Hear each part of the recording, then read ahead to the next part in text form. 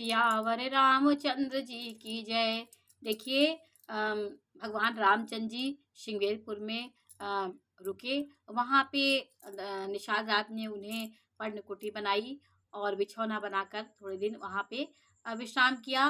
फिर सुमंत्र वहाँ से अपने अयोध्या जाने के लिए तैयार हैं। सुमंत्र ने देखा कि रामचंद्र जी अपनी जटाओं में वट का दूध लगाकर जटाएं बना रहे हैं और जितने भी जो वन में रहने वाले जो वनवास उनको मिला था वलकल वश जटाएं सब वो अपना वहाँ पे बना रहे हैं, क्योंकि उनको अपने पालन करना था वर का जो उन्होंने वरदान दिया था, तो उसका पालन नियम से करना था।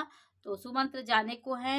उन्होंने रामचंद्र जी के हाथ जोड़कर कहा कि कि चलते समय हमें दशरथ जी ने कहा था कि 2-4 दिन वन दिखा करके फिर इनको लौटा लाना।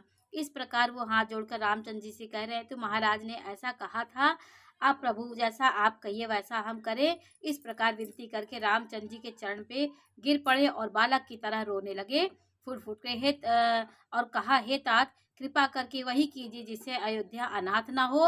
रामचंद्र जी ने मंत्री को उठाकर धैर्य बंधाते हुए समझाया कि हे तात, आपने तो धर्म के सभी सिद्धांतों को छान डाला है और मैं उन्होंने अब उदाहरण दिया कि मैं ऐसा अकेला नहीं हूँ। मेरे पहले भी बहुत लोग अपने धर्म की रक्षा के लिए अपने शरीर का बलिदान किया। शिव ने अपने शरीर का बलिदान किया। एक कबूतर को बचाने के लिए उन्होंने अपने मांस काट के उसको दे दिए जो बहलिया था। दधीच ने अपनी हड्डी दे दी थी। राजा हरिश्चंद्र भिखारी हो गए थे और धर्म के लिए करोड़ों अनेकों कष्ट सहने वाले बहुत लोग ऐसे हैं। बुद्धिमान राजा रंतिदेव और बलि बहुत से संकट सहकर धर्म को पकड़े रहे और उन्होंने धर्म का परित्याग नहीं किया।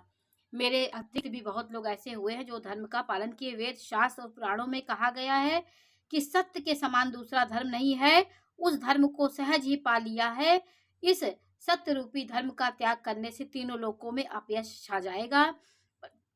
प्रतिष्ठित पुरुष के लिए अपयश की प्राप्त करोड़ों मृत्यु के समान भीषण संताप देने वाला होता है। तात मैं आपसे अधिक क्या कहूँ, लौटकर उत्तर देने में भी पाप का भागी होता है। मैं जिस रास्ते पे चल रहा हूँ वही धर्म का रास्ता, उस पे चलना है।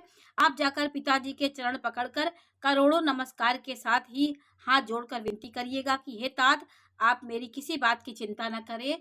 राम एकदम अच्छे से हैं, आप भी पिता के समान ही मेरे बड़े ही तैसी हैं। हे तात, मैं हाथ जोड़कर आपसे विनती करता हूँ कि आपका भी सब प्रकार से वही कर्तव्य है जिसमें पिताजी हम लोगों के सोच में दुखी ना हो। आपका भी ये कर्तव्य है कि मेरे पिताजी दुखी ना हो, उन्हें सांत्वना दीजिएगा और ढाढ़स दीजिए।